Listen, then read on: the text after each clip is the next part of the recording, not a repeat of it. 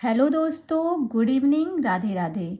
आप सभी का स्वागत है आपके अपने यूट्यूब चैनल प्रतिष्ठा हिंदी ज्ञानधारा में। तो दोस्तों, आज हम बात करेंगे सरस्वती पांडे गोविंद पांडे की पुस्तक में आदिकाल में देखेंगे अपभ्रंश साहित्य को। इसके पहले जो कल की मेरी क्लास हुई थी उसमें हमने 84 सिद्धों के बारे में पढ़ा था और आज हम देखेंगे अपभ्रंश साहित्य। तो आइए देर ना करते हुए क्लास की शुरुआत करते हैं। अगर कोई चैनल पे फर्स्ट टाइम आया है तो वीडियो को आप प्लीज़ पूरा देखिएगा। अगर वीडियो पसंद आती है तो चैनल को सब्सक्राइब कर लीजिएगा, क्योंकि जो है इसके बाद आपको डेली जो है सरस्वती पांडे और गोविंद पांडे की सीरीज मेरे इस चैनल पर देखने को मिलेगी हर रोज़ शाम 6 बजे। तो अगर आप देखना चाहते हैं तो आप चैनल को सब्सक्राइब जरूर कीजिएगा। तो आइए देखते हैं अपभ्रंश साहित्य। इसमें जो सबसे पहला पॉइंट दिया है वो है डॉक्टर राम कुमार वर्मा ने अपभ्रंश भाषा के प्रथम कवि स्वयंभू को हिंदी का प्रथम कवि माना है। इसके संदर्भ में हमने पीछे वाली क्लास में भी पढ़ा था, पर यहाँ पे बात हो रही है अपभ्रंश साहित्य, तो हमें क्या देखना है, अपभ्रंश भाषा के संदर्भ में यहाँ पे कुछ महत्वपूर्ण बिंदुओं को रखा गया है, तो उनके बारे में हम डिटेल में पढ़ रहे हैं। तो देखिएगा, जो राम कुमार वर्मा थे, इन्होंने जो है अपभ्रंश भाषा की अगर हम बात करें तो अपभ्रंश भाषा के प्रथम कवि के रूप में स्वयंभू को हिंदी का प्रथम कवि माना है। किसने? राम कुमार वर्मा ने। ध्यान रखिएगा, प्रश्न यहाँ से बनता है। नेक्स्ट पॉइंट है स्वयंभू 8वीं सदी और अगर एग्जैक्ट पूछे तो 783 ईस्वी के आसपास विद्यमान थे। स्वयंभू का जो समय है वो है 8वीं सदी और अगर जो है एग्जैक्ट टाइम पूछे तो वो 783 ईस्वी होगा, नहीं तो 8वीं सदी। ठीक है, तो इसी के आसपास इनका समय माना जाता है। तो आप इन्हें कैसे याद रखेंगे? देखिए, स्वयंभू 8वीं, स्वयंभू से बनाइए स्वयं। जब हम लोग एयर तक क्या होता है, जब हम लोग पढ़ाई करते थे, आपने भी अपने बचपन में देखा होगा, 8 तक तो आप स्वयं से अध्ययन कर सकते हैं, लेकिन 8 के बाद जैसे आप 9th में जाते हैं, 10th में जाते हैं, बोर्ड का एग्जाम शुरू होता है, तो क्या होता है, तब आपको कोचिंग करने की ज़रूरत पड़ जाती है। कोई अलग से जो है टीचर की आवश्यकता पड़ती है ताकि वो आपको अच्छे से गाइड कर सके और आप जो है एग्ज़ाम में अच्छे नंबर से पास हो जाएं। होता है ना, लेकिन 8वीं तक जल्दी ट्यूशन वगैरह लगवाने की ज़रूरत नहीं पड़ती। क्यों? क्योंकि हम स्वयं से 8 तक जो है पढ़ सकते हैं। 8वीं तक जो हमारी पढ़ाई होती है उसका अध्ययन हम स्वयं से कर सकते हैं। तो स्वयं से स्वयंभू और इनका समय क्या हो जाएगा? 8वीं। इस तरीके से आप कनेक्ट करके इनका समय याद भी रख सकते हैं। आगे देखिएगा, नेक्स्ट पॉइंट है स्वयंभू को ही जैन परंपरा का भी प्रथम कवि माना जाता है। अगर प्रश्न बने जैन परंपरा का प्रथम कवि तो ये स्वयंभू को ही माना जाता है, ध्यान रखिएगा। नेक्स्ट पॉइंट है स्वयंभू के 3 ग्रंथ बताए गए हैं। स्वयंभू के कितने ग्रंथ मिलते हैं? 3। संख्या भी पूछी जाती है और नाम भी पूछा जाता है। पहला है पौमचर्यु, दूसरा है ऋठ्ठेमेचर्यु तथा तीसरा है स्वयंभू छंद। ये तीनों ग्रंथ जो हैं स्वयंभू के हैं। इनको याद कैसे करेंगे? इनके लिए एक छोटी सी ट्रिक है।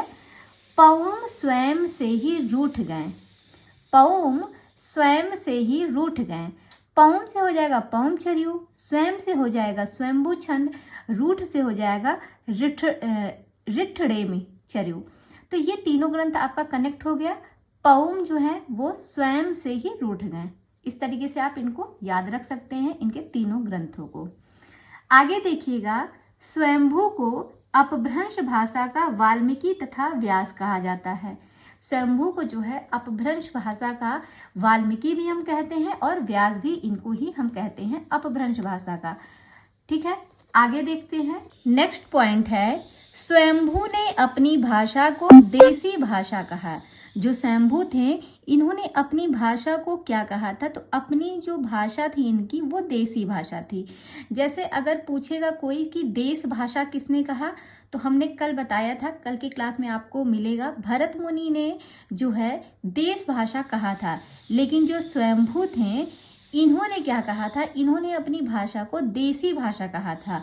तो कैसे मैंने ट्रिक बनाई थी कि भारत जो है एक देश है, तो भरत मुनि ने देश जो है देश भाषा कहा, और हम स्वयं क्या हैं? हम स्वयं देशी हैं। स्वयं से स्वयंभू और देसी से देसी भाषा। कनेक्ट हुआ। भारत एक देश है और उस भारत में जो लोग रहते हैं, यानी कि हम भी भारत में ही रहते हैं, तो स्वयं जो हमारी भाषा है वो देसी भाषा है। इस तरीके से कनेक्ट कीजिएगा तो दोनों लोगों की भाषा कभी गड़बड़ नहीं होगी। आगे देखिएगा, नेक्स्ट पॉइंट है, स्वयंभू के पौमचर्यु को उसके पुत्र त्रिभुवन ने पूरा किया था। जो स्वयंभू का ग्रंथ है पौमचर्यु, इसको जो है पूरा किसने किया था? तो त्रिभुवन ने पूरा किया था, उनके बेटे ने। पूरा ये नहीं कर पाए थे, ये ध्यान रखिएगा। बात करें पौमचर्यु की, तो पौमचर्यु में राम के चरित्र का विस्तार से वर्णन किया गया है। जो पौमचर्यु रचना है इसमें किसका वर्णन मिलता है? तो ये ध्यान रखिएगा, इसमें राम के चरित्र का विस्तार से वर्णित हुआ है। ठीक है। नेक्स्ट पॉइंट है, शिव सिंह सेंगर ने अपने ग्रंथ शिव सिंह सरोज में किसी पुरानी अनुश्रुति के आधार पर 7वीं शताब्दी के पुष्य या पुंड कवि को हिंदी का प्रथम कवि माना है। किसने? शिव सिंह सेंगर ने। ये प्रश्न बहुत बनता है। और इनका समय इन्होंने क्या माना? 7वीं सदी। देखिएगा, हिंदी का प्रथम कवि जो है, अभी हमने क्या पढ़ा है कि जो रामकुमार वर्मा थे उन्होंने किसको माना? स्वयंभू को माना हिंदी का प्रथम कवि। अब यहाँ पे जो है शिव सिंह सेंगर जो है ये पुष्य या पुंड को मानते हैं और समय क्या बताते हैं? 7वीं सदी। कैसे याद रखेंगे? देखिए, इस समय सावन का महीना चल रहा है, तो लड़की हो या लड़के, ज़्यादातर लड़कियों की बात अगर हम करें तो शिव जी के मंदिर पे जब जाती हैं तो वो क्या चढ़ाती हैं? पुष्प चढ़ाती हैं। और जब जाती हैं तो किसी के साथ ही जाएंगी, 7 से 7वीं हो जाएगा। और शिव जी पर पुष्प चढ़ाती हैं तो पुष्प से हो जाएगा पुष्य या पुंड। कनेक्ट हुआ। तो शिव से हो जाएगा शिव सिंह सेंगर। शिव सिंह सेंगर ने पुष्य या पुंड को हिंदी का प्रथम कवि माना और समय जो है 7वीं शताब्दी है। इस तरीके से आप याद करिएगा कि जो है शिव जी पर हम पुष्प चढ़ाते हैं और जब हम मंदिर जाते हैं पुष्प चढ़ाने तो हम किसी ना किसी के साथ जाएंगे। अगर शादीशुदा हैं तो पति के साथ जाएंगे, नहीं तो मम्मी के साथ जाएंगे या भाई के साथ, बहन के साथ, किसी ना किसी के साथ ही जाते हैं। तो 7 से हो जाएगा 7वीं शताब्दी। नेक्स्ट पॉइंट है, आचार्य हजारी प्रसाद द्विवेदी के अनुसार यह पुष्य संभवतः अपभ्रंश का प्रसिद्ध कवि पुष्यदंत है, जिसका आविर्भाव 9वीं सदी में हुआ था। ध्यान रखिएगा, जिस पुष्य या पुंड की बात शिव सिंह सेंगर ने की है, इन्हीं के विषय में हजारी प्रसाद द्विवेदी का कहना है कि ये पुष्य जो है ये संभवतः अपभ्रंश के जो प्रसिद्ध कवि थे पुष्यदंत, ये वही हैं। और इनका समय इन्होंने कितना माना? तो 9वीं सदी माना है। याद रखिएगा, शिव सिंह सेंगर ने 7वीं माना, हजारी प्रसाद द्विवेदी ने 9वीं सदी पुष्यदंत का समय माना। आगे देखिएगा, सर्वमान्य धारणा है कि पुष्यदंत का आविर्भाव सर्वमान्य धारणा है कि पुष्यदंत का आविर्भाव 972 ईस्वी यानी कि 10वीं सदी में हुआ। 972 यानी कि अगर सदी की बात करें तो 10वीं सदी। कैसे याद रखेंगे? जो सर्वमान्य है तो सर्वमान्य वाला हमेशा याद रखना चाहिए। तो यहाँ पे देखिए लिखा है पुष्यदंत। ठीक है, यहाँ पे दंत को पकड़िएगा, दंत से याद हो जाएगा 10। दंत से क्या याद रहेगा? 10, यानी कि पुष्यदंत का जो समय है वो 10वीं सदी है। स्वयंभू का क्या था? स्वयं तक हम जब एयर तक रहते हैं तो हम स्वयं से पढ़ाई कर लेते हैं, 9th से हमें ट्यूशन की जरूरत पड़ती है। तो स्वयंभू का समय 9वीं हो गया और पुष्यदंत का जो सर्वमान्य है वो 10वीं हो गया। हजारी प्रसाद के अनुसार पूछेगा तो आप 9वीं सदी बताएंगे। शिव सिंह सेंगर ने पुष्य का जो समय बताया वो 7वीं शताब्दी बताया। सभी का आप यहाँ पे देखिएगा अंतर, यहाँ से प्रश्न बहुत पूछे जाते हैं। आगे देखिएगा, पुष्यदंत की प्रमुख रचनाएं। अगर इनके रचनाओं की बात करें तो इनकी जो रचनाएं हैं, पहला है 63 महापुरुष गुणालंकार, दूसरी रचना है रय कुमार चर्यु और तीसरा है जसहर चर्यु। ये तीनों रचनाएं किसकी हैं? पुष्यदंत की तीनों रचनाएं हैं और तीनों ही महत्वपूर्ण है। परीक्षा में भी यहाँ से जो है प्रश्न बनते हैं, तो इन तीनों रचनाओं को आप ध्यान रखिएगा। आगे बढ़ते हैं, अगला पॉइंट है, पुष्यदंत के 63 महापुरुष गुणालंकार को ही महापुराण नाम से जाना जाता है। यानी कि ये जो पहली वाली इनकी रचना है इसका एक और नाम मिलता है महापुराण। कभी कभी नाम ही पूछ लेता है, कभी कभी महापुराण से प्रश्न बना के पूछता है। ठीक है, कि इसमें कितने महापुरुषों का जीवन चरित्र वर्णित है। और इसी के नाम पे इसका जो है नाम पड़ा 63 महापुरुष गुणालंकार। आगे देखिएगा, महापुराण में 63 महापुरुषों का जीवन चरित्र वर्णित है। अब जैसे 63 नाम है इसका, तो 63 से 63 कनेक्ट भी हो जा रहा है, आसानी से याद भी रहेगा। इसी आधार पर इनको 63 महापुरुष गुणालंकार भी कहा गया। इस तरीके से आप याद कर लेंगे। इसमें महापुराण में कितने महापुरुषों का जीवन चरित्र वर्णित है, तो 63 महापुरुषों का जीवन चरित्र वर्णित है। नेक्स्ट पॉइंट है, पुष्यदंत ने अपने चरित काव्यों में चौपाई छंद का प्रयोग किया है। ये भी प्रश्न बहुत बनता है कि जो पुष्यदंत थे इन्होंने अपने चरित काव्यों में किस छंद का प्रयोग किया है, तो इन्होंने जो है अपने चरित काव्यों में चौपाई छंद का प्रयोग किया है। ये याद रखिएगा। पुष्यदंत ने साहित्य की रचना विशुद्ध धार्मिक भाव से की है। ठीक है, तो क्या कह रहे हैं, पुष्यदंत ने जो उनकी जो साहित्य की रचना थी वो विशुद्ध धार्मिक भाव से की थी। एक होता है शुद्ध, एक होता है विशुद्ध, मतलब शुद्ध से भी सबसे शुद्ध। ठीक है, तो विशुद्ध धार्मिक भाव से किया है, ध्यान रखिएगा। ये भी प्रश्न कई बार बनता है। आगे देखिएगा, अपभ्रंश और अवहट्ट में चौपाई यानी कि चौपाई 15 मात्राओं का छंद था। जो अभी चौपाई की अगर हम बात करें तो चौपाई में अभी वर्तमान समय में कितनी मात्राएं होती हैं, 16 होती हैं ना। लेकिन कहते हैं कि अपभ्रंश और अवहट्ट की जब हम बात करते हैं तो उसमें चौपाई, जो कि आज के टाइम में चौपाई हो गया है, उस समय चौपाई में यह 15 मात्राओं का छंद था। ये भी प्रश्न याद रखिएगा, अपभ्रंश और अवहट्ट में। आगे देखते हैं, पुष्यदंत को हिंदी का भवभूति कहा जाता है। तो जो पुष्यदंत हैं इन्हें जो है हिंदी का क्या कहा जाता है, इन्हें हिंदी का भवभूति कहा जाता है। और स्वयंभू को क्या कहा गया, इन्हें वाल्मीकि और व्यास कहा गया। अभी हमने इनके विषय में पढ़ा है ना, स्वयंभू के विषय में, तो वो आपको याद ही होगा। आगे देखते हैं, नेक्स्ट पॉइंट है, शिव सिंह सेंगर ने पुष्य कवि को भाखा की जड़ कहा है। शिव सिंह सेंगर ने पुष्य कवि को, जिसे हिंदी का प्रथम कवि इन्होंने स्वीकार किया, उसे इन्होंने क्या कहा, भाखा की जड़ कहा। आगे देखिएगा, पुष्यदंत ने स्वयं को अभिमान मेरु, काव्य रत्नाकर, कविकुल तिलक आदि उपाधियों से विभूषित किया। जो पुष्यदंत थे इन्होंने स्वयं को जो है अभिमान मेरु भी कहा, काव्य रत्नाकर भी कहा, कविकुल तिलक भी कहा। ये सारी उपाधियां इन्होंने स्वयं को ही दी हैं, किसी और ने नहीं दी पुष्यदंत को, इन्होंने स्वयं को ही ये सारी उपाधियों से विभूषित किया है, ध्यान रखिएगा।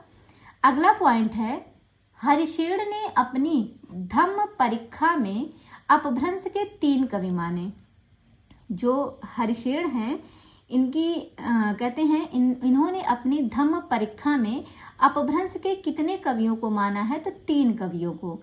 पहला है चतुर्मुख, दूसरा है स्वयंभू और तीसरे है पुष्यदंत। ठीक है, चतुर्मुख, स्वयंभू और पुष्यदंत, इन्हें कैसे याद रखेंगे, देखिए एक लाइन सुनिएगा। हरि की धम्म परीक्षा के लिए चतुर्मुख ने स्वयं से पुष्प चढ़ाया।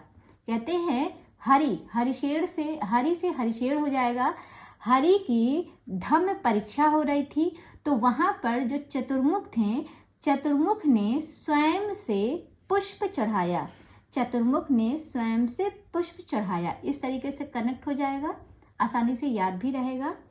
आगे बढ़ते हैं, स्वयंभू ने चतुर्मुख को पद्धड़िया बंध का प्रवर्तक तथा सर्वश्रेष्ठ कवि कहा।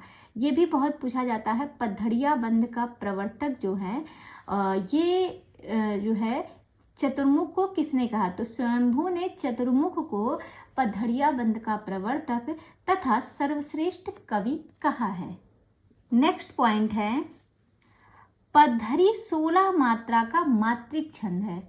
जो पद्धरी है ये 16 मात्रा का मात्रिक छंद है।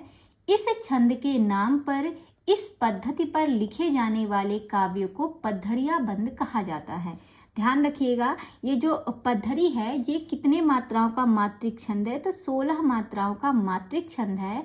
और इसी छंद के नाम पर इस पद्धति में जो लिखे जाने वाले काव्य होते हैं उनको हम कहते हैं पद्धड़िया बंध, ध्यान रखिएगा। नेक्स्ट पॉइंट है, पुष्यदंत मान्यखेट के प्रतापी राजा कर्ण के महामात्य भीम के सभा कवि थे। नेक्स्ट पॉइंट है, देखिएगा कि धनपाल वाक्यपतिराज मुंज के कवि सभा रत्न थे जिन्हें मुंज ने सरस्वती की उपाधि दी थी। क्या कह रहे हैं, धनपाल जो हैं वो वाक्यपतिराज मुंज के कवि सभा रत्न थे जिन्हें मुंज ने सरस्वती की उपाधि दी थी। प्रश्न बन सकता है कि धनपाल को सरस्वती की उपाधि किसने प्रदान की थी, तो ये की थी मुंज ने। और प्रश्न ये भी बन सकता है मुंज ने सरस्वती की उपाधि किसको प्रदान की थी, तो धनपाल को की थी। ठीक है, ये दोनों तरीके से, या फिर बन सकता है सरस्वती की उपाधि किसको प्रदान की गई, तो धनपाल को की गई थी। तो इस तरीके से 2-3 तरीके से यहाँ से प्रश्न बन सकता है, इंपॉर्टेंट है, ध्यान रखिएगा और इसे अंडरलाइन भी करते चलिएगा। आगे देखिएगा, नेक्स्ट पॉइंट है, अपभ्रंश के तीसरे प्रमुख कवि धनपाल ने 10वीं सदी में भविष्यत कहा की रचना की। जो धनपाल थे, धनपाल का समय क्या बताया, 10वीं सदी। धनपाल ने 10वीं सदी में भविष्यत कथा की रचना की। ये अपभ्रंश के तीसरे प्रमुख कवि माने जाते हैं, ध्यान रखिएगा। पहले कौन थे, पहले स्वयंभू थे, दूसरे पुष्यदंत हुए और तीसरे यहाँ पे आपको मिले, कौन मिले, धनपाल। अब इन्हें हम याद कैसे रखेंगे, देखिए यहाँ पे लिखा है धन, एक धन को पकड़िएगा, यहाँ से 10 को पकड़िएगा और यहाँ से भविष्य को पकड़िएगा। ठीक है, देखिए जब हम 10वीं पास कर लेते हैं, मतलब हाई स्कूल जब हम पास कर लेते हैं, उसके बाद जो है हमें अपने भविष्य की चिंता होने लगती है। भविष्य की चिंता क्यों होती है कि आगे चल के हम धन कैसे करेंगे, धन कैसे कमाएंगे, हर किसी को होगी। जब तक हम छोटे हैं, हाई स्कूल तक हमें कोई टेंशन नहीं रहती है, मम्मी पापा खर्चा करते रहते हैं, कोई भविष्य की हमें चिंता नहीं रहती। लेकिन 10वीं के बाद जैसे ही हम आगे बढ़ते हैं, हमारी एज थोड़ी बड़ी होती है, तो हमें अपने भविष्य की चिंता हो जाती है धन को लेकर कि कैसे हम धन को कमाएंगे। ठीक है, धन यानी कि पैसा। ठीक है, इस तरीके से आप इनको कनेक्ट कर लेंगे तो याद हो जाएगा। भविष्य से भविष्यत कहा और धनपाल का जो समय है वो है 10वीं शताब्दी, याद रहेगा। नेक्स्ट पॉइंट है, 12वीं शताब्दी में जिनदत्त सूरी द्वारा लिखित ग्रंथ उपदेश रसायन रास 1114 ईस्वी को जैन रास काव्य परंपरा का प्रथम ग्रंथ माना जाता है। तो ध्यान रखिएगा, जैन रास काव्य परंपरा का जो प्रथम ग्रंथ है वो कौन सा है, वो उपदेश रसायन रास है। और इसका समय क्या है, 12वीं शताब्दी है। और ये किसके द्वारा लिखा गया है, तो जिनदत्त सूरी के द्वारा लिखी गई रचना है। ये भी याद रखिएगा, बहुत इंपॉर्टेंट की लाइन है। क्यों, क्योंकि ये जैन रास काव्य परंपरा का प्रथम ग्रंथ है, उपदेश रसायन रास। रचना किसकी है, जिनदत्त सूरी की है। आगे देखिएगा, उपदेश रसायन रास अपभ्रंश भाषा का प्रथम रास काव्य है। अभी हम अपभ्रंश साहित्य ही पढ़ रहे हैं, तो कहते हैं जो उपदेश रसायन रास है, जो कि जैन रास काव्य परंपरा का प्रथम ग्रंथ माना जाता है, ये अपभ्रंश भाषा का प्रथम रास काव्य भी माना जाता है। तो याद रखिएगा, ये भी पॉइंट इंपॉर्टेंट है। नेक्स्ट में है, रास काव्य परंपरा का हिंदी में प्रवर्तन करने का श्रेय भरतेश्वर बाहुबली रास 1184 ईस्वी के रचयिता श्री शालिभद्र सूरी को है। कहते हैं रास काव्य परंपरा का हिंदी में जो प्रवर्तन किए थे उसका श्रेय जाता है भरतेश्वर बाहुबली रास, जिसके रचयिता है श्री शालिभद्र सूरी जी। ठीक है, ये याद रखिएगा। और समय क्या है, 1184 ईस्वी। आगे देखिएगा, और इसको अगर याद करेंगे तो याद भी रख सकते हैं, साली। साली जो होती हैं वो कैसी हैं, साली जो है बड़ी बाहुबली टाइप की हैं। साली जो है उनमें बहुत बल है भाई। साली जो है वो कैसी हैं, या तो कह सकते हैं भरतेश्वर की जो साली हैं वो बाहुबली हैं। भरतेश्वर की साली कैसी हैं, बाहुबली हैं। तो भरतेश्वर बाहुबली ये शालिभद्र सूरी की है। आगे देखिएगा, उपदेश रसायन रास 80 पद्यों का नृत्य गीत रासलीला काव्य है। ये भी प्रश्न बनता है। जो उपदेश रसायन रास है, अभी हमने पढ़ा है जिनदत्त सूरी का, ये जो है 80 पद्यों का नृत्य गीत रासलीला काव्य है। कैसा है, 80 पद्यों का नृत्य गीत रासलीला काव्य। नेक्स्ट पॉइंट है, अब्दुल रहमान द्वारा लिखित संदेश रासक पहला धर्मेत्तर रास ग्रंथ है। ये भी बहुत इंपॉर्टेंट है। संदेश रासक जो है ये अब्दुल रहमान द्वारा लिखा गया है, एक मुस्लिम कवि द्वारा लिखा गया है, और ये पहला धर्मेत्तर रास ग्रंथ है। प्रश्न बन सकता है पहला धर्मेत्तर रास ग्रंथ कौन सा है, तो ये है संदेश रासक। और अगर प्रश्न बने कि अपभ्रंश भाषा का प्रथम रास काव्य क्या है, तब हम बताएंगे उपदेश रसायन रास को। नेक्स्ट पॉइंट है, देसी भाषा में किसी मुसलमान द्वारा लिखित प्रथम काव्य ग्रंथ संदेश रासक है। अगर कभी प्रश्न बने कि देसी भाषा में किसी मुसलमान द्वारा लिखित प्रथम काव्य ग्रंथ कौन सा है, तो पहला जो काव्य ग्रंथ है वो है संदेश रासक। ये पहला किसी मुसलमान के द्वारा लिखा गया ग्रंथ है और देखा जाए तो ये पहला धर्मेतर रास ग्रंथ भी माना गया है, संदेश रासक। नेक्स्ट पॉइंट है, संदेश रासक एक खंड काव्य है। ये प्रश्न बहुत बनता है, संदेश रासक कैसा काव्य है। संदेश रासक एक खंड काव्य है जिसमें विक्रमपुर की एक वियोगिनी के विरह की कथा वर्णित है। कैसे याद रखेंगे? देखिए, जो संदेश भेजा जाता है वो खंड खंड में भेजा जाता है, एक ही बार में नहीं भेज देंगे पूरा संदेश। पहले थोड़ी सी जानकारी देते थे, फिर बाद में थोड़ी और, फिर बाद में थोड़ी और। तो संदेश जो जाता है वो खंड खंड में जाता है। आज के टाइम में नहीं, पहले के टाइम में। आज के टाइम में तो ये संदेश वाला सारा system WhatsApp, Instagram, Facebook, Telegram इन सब ने ले रखा है, तो संदेश वाला तो कोई सिस्टम रह नहीं गया। पर पहले क्या था, जो संदेश भेजा जाता था तो इसको याद रख सकते हैं, खंड खंड में भेजा जाता था। और ये किसको भेजा गया? ये एक वियोगिनी को भेजा गया था, ठीक है, एक विक्रमपुर की एक वियोगिनी को, तो याद हो जाएगा। आगे देखिएगा, अगला पॉइंट है, विद्वानों ने उसका समय 12वीं सदी का उत्तरार्ध और 13वीं सदी का आरंभ माना। किसका? संदेश रासक का। इसका जो समय है वो विद्वानों ने 12वीं सदी का उत्तरार्ध और 13वीं सदी का आरंभ माना। मुनि राम सिंह जैन साहित्य में सर्वश्रेष्ठ रहस्यवादी कवि कहे जाते हैं। देखिए, यहाँ पे कहते हैं जो मुनि राम सिंह हैं ये जैन साहित्य के सर्वश्रेष्ठ रहस्यवादी कवि कहे जाते हैं। कैसे याद रखेंगे? जो राम है, राम जी का रहस्य कोई जान सकता है? कहते हैं नहीं। जो राम जी हैं, राम जी का रहस्य कोई नहीं जान सकता। देखिए, राम से हो जाएगा राम सिंह, रहस्य से हो जाएगा रहस्यवादी, और जान नहीं सकता, जान से हो जाएगा जैन साहित्य। ठीक है, ये कनेक्ट हो गया। नेक्स्ट पॉइंट है, डॉक्टर हीरालाल मुनि राम सिंह का आविर्भाव काल संवत 1057 के लगभग माना जाता है। डॉक्टर हीरालाल मुनि राम सिंह का आविर्भाव काल संवत 1057 के लगभग माना जाता है। मुनि राम सिंह ने पाहुड़ दोहा की रचना की। ये भी प्रश्न कई बार बनता है, जो मुनि राम सिंह है इन्होंने किसकी रचना की थी? तो इन्होंने पाहुड़ दोहा की रचना की थी। अगला पॉइंट है, अपभ्रंश भाषा में दोहा काव्य का आरंभ 6ठी शताब्दी के कवि जोइंदू से माना जाता है। ये भी प्रश्न कई बार पूछा गया है कि अपभ्रंश भाषा में जो दोहा काव्य का आरंभ हुआ था वो किस शताब्दी से माना जाता है? 6वीं शताब्दी से। और किससे माना जाता है? जोइंदू से माना जाता है। जोइंदू की 2 पुस्तकें हैं। जोइंदू ने 2 पुस्तकों की रचना की है। देखिएगा, ये प्रश्न आपका जो है 2021 में बना हुआ भी है। तो वो 2 पुस्तक इनकी कौन कौन सी है? पहली है परमात्म प्रकाश और दूसरी है योगसार। शायद योगसार वाला जो है प्रश्न ये आया हुआ था, योगसार या परमात्म प्रकाश, कोई तो आया था 2021 में। जोइंदू की रचना पूछी गई है, तो आप समझ सकते हैं कैसे प्रश्न आते हैं। और नेक्स्ट में देखिएगा, जो जॉर्ज ग्रियर्सन ने आदिकाल के अंतर्गत 9 कवियों को शामिल किया। इसके पहले ये पॉइंट हमने पढ़ा था, लेकिन यहाँ पे जो वहाँ पे केवल संख्या बताई गई थी, पर यहाँ पे जो है उनके नाम भी बताए गए हैं कि जॉर्ज ग्रियर्सन ने आदिकाल के अंतर्गत 9 कवियों को शामिल किया था। वो 9 कवि कौन कौन से हैं? पुष्य कवि, खुमान सिंह, केदार कुमार पाल, अनन्य दास, चंद्र, जगनिक, सारंगधर एवं जोधराज। ये इतने जो कवि हैं, इन्हीं कवियों को आदिकाल के अंतर्गत ग्रियर्सन ने शामिल किया था। इम्पॉर्टेंट है, यहाँ से प्रश्न बन सकता है।